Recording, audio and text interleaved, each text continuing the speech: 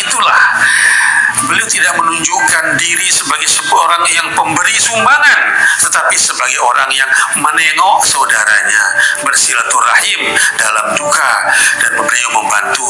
Kesan itu sangat mendalam bagi kami masyarakat Lombok Timur. Dan pada kesempatan-kesempatan yang lain juga ketika Selamat datang di podcast Perubahan.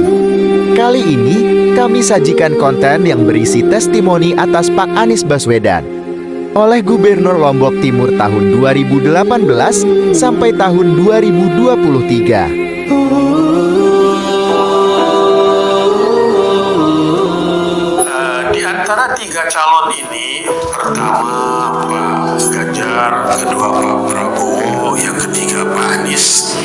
Saya melihat Pak Anies ini relatif spektakuler. Ya, kalau ada istilah paket lengkap, itulah dia paket lengkap. Kan ada paket hemat, ada paket lengkap. Yang kita butuhkan ke depan itu adalah pemimpin yang memenuhi persyaratan paket lengkap. Kenapa paket lengkap? Ada tiga unsur kecerdasan. Pertama, kecerdasan intelektual. Kedua, kecerdasan spiritual. Yang ketiga kecerdasan emosional. Pada diri Pak Anies ini, Mbak, kita menemukan ketiga aspek ini. Coba kita lihat. Pertama, aspek intelektual.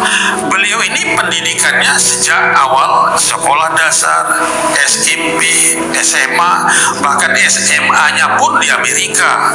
Lalu kemudian perguruan tinggi S1, S2, S3-nya jelas semua. Nah, dengan demikian dari aspek intelektual tidak kita ragukan lagi kapasitasnya seperti apa. Nah, lebih-lebih lagi jika kita melihat tayangan-tayangan di medsos, di YouTube atau di manalah, ketika beliau berdialog dengan mahasiswa, dengan para tokoh masyarakat, itu semua dialog itu berjalan dengan nyaman, aman, tenteram, dan memuaskan semua pihak yang diajak berdialog pada itu.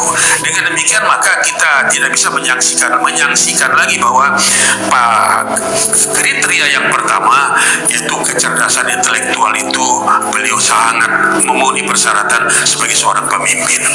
Lebih-lebih lagi kita tidak ragukan lagi, beliau kan pernah memimpin DKI Jakarta, pernah sebagai menteri, pernah sebagai rektor termuda di Republik tercinta ini, Rektor Paramadina. Yang kedua, kecerdasan emosional. Saya sangat terinspirasi dengan beliau itu.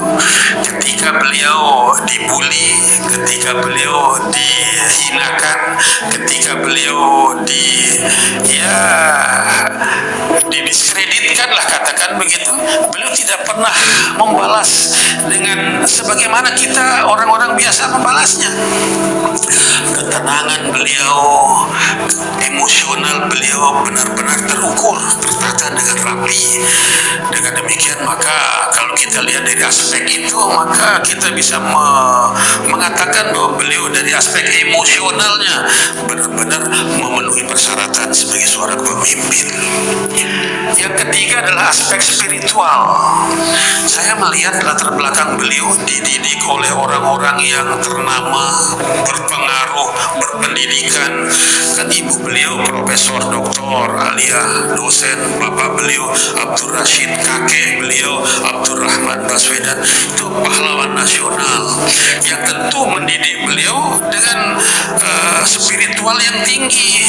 Lebih-lebih kita melihat sekarang ini, ketika pada satu saat beliau diajak bersolawat, ketika beliau diajak zikiran, ketika beliau diajak diminta sebagai khotib, sila sebagai khotib bisa, berceramah dalam nuansa keagamaan pun beliau bisa.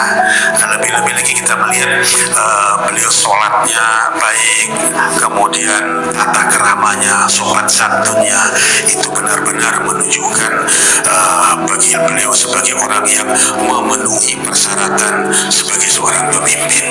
Saya kira itu tolok ukurnya kalau menurut hemat saya.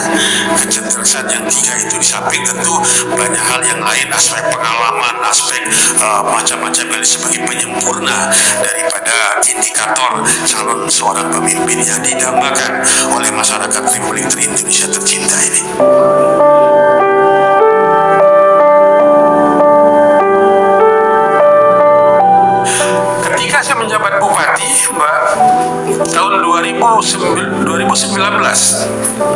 gempa terjadi. Beliau datang ke sini, ke Lombok Timur, memberikan bantuan kepada kami yang pada waktu itu memang sangat butuh bantuan. Tidak hanya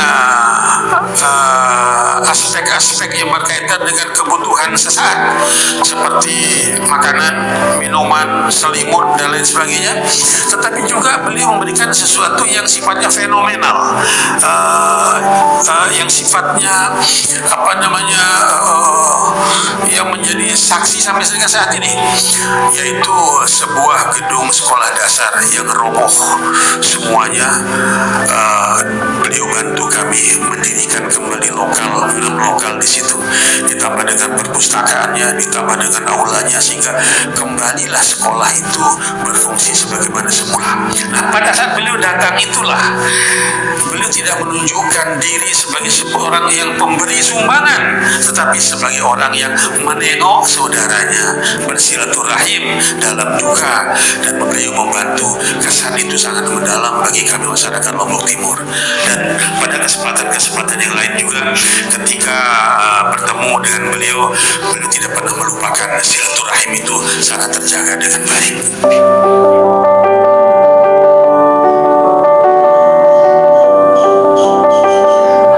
Ya, saya melihat pasangan ini ideal.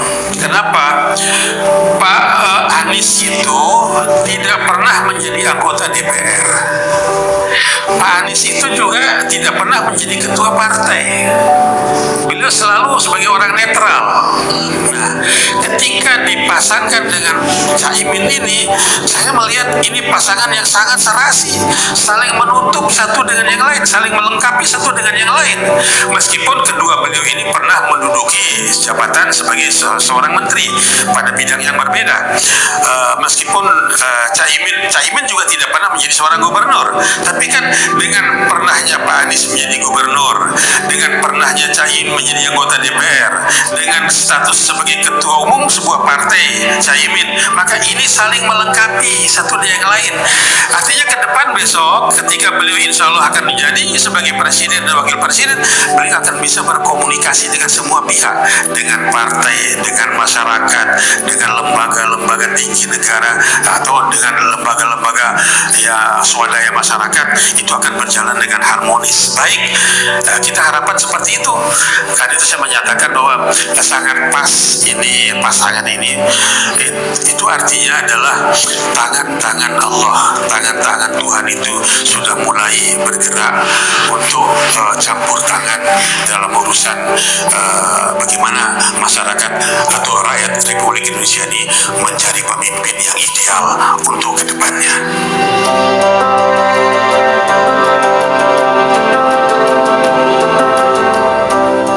Ya, harapan kita tentu sebagai masyarakat, kita sosialisasikan dulu paket ini sekarang di semua lini, di semua kelompok, di semua stakeholder yang terkait, di semua jajaran masyarakat di Provinsi Nusa Tenggara Barat ini, khususnya bagi kami di Lombok Timur. Kita akan sosialisasikan, dan harapan ke depan ketika beliau itu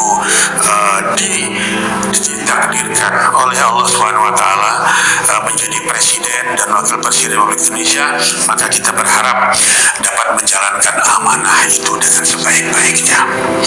Yang diharapkan oleh masyarakat itu sudah jelas, yang dibutuhkan oleh masyarakat itu juga sudah jelas. Tinggal bagaimana menyusun program yang terbaik untuk masyarakat, sehingga ke depan pasangan ini dapat benar-benar menjadi dambaan dan dapat berhasil melaksanakan program-program yang disusun, yang merupakan cita-cita masyarakat dan cita-cita founding fathers kita juga, sebagaimana tercantum di dalam pembukaan Undang-Undang Dasar 1945 itu yang kita harapkan.